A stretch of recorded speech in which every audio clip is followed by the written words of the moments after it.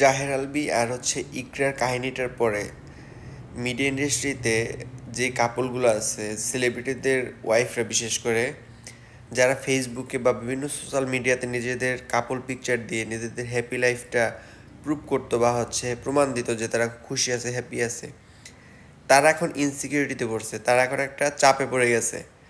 যারা এই কাপল পিকচার বা কাপল এইগুলো দিয়ে হচ্ছে নিজেদের হ্যাপি শো করতেছে, তাদের কমেন্ট সেকশনগুলো খুব বাজে বাজে মন্তব্য করতেছে। এদিকে সিয়াম আহমেদের বউ পর্যন্ত এখানে হচ্ছে তার হাজব্যান্ডকে নিয়ে সে গর্ব করে, এগুলা নিয়ে পোস্ট করে জাস্টিফাই করার চেষ্টা করতেছে তারা ভালো আছে। মানে কি একটা অবস্থা চিন্তা করেন যে বাংলাদেশের যে কোনো একটা সিচুয়েশন তৈরি হলে ওই সিচুয়েশনটা সবার ভিতর দিয়ে হচ্ছে মানে ওই সিচুয়েশনটার যে ইফেক্ট এটা অনেক মানুষের উপর পড়ে। ইকরা আলভির সিচুয়েশনটা এখন মনে করেন মিডিয়া ইন্ডাস্ট্রির অনেকের উপরে হচ্ছে এটার প্রভাব পড়তেছে, অনেকের ফ্যামিলিতে এটা নিয়ে সমস্যা হচ্ছে। দেখতেছি অনেকে আবার পোস্ট করতেছে বিভিন্ন নিজের হাজব্যান্ডকে নিয়ে, অনেকে পোস্ট করতেছে নিজের হাজব্যান্ডের খারাপ দিক নিয়ে, অনেকে আবার নিজের হাজব্যান্ডকে প্রোটেক্ট করার চেষ্টা করতেছে যে সে ভালো আছে, পুরো নাড়াই দিয়েছে ইন্ডাস্ট্রিকে, ঠিক আছে।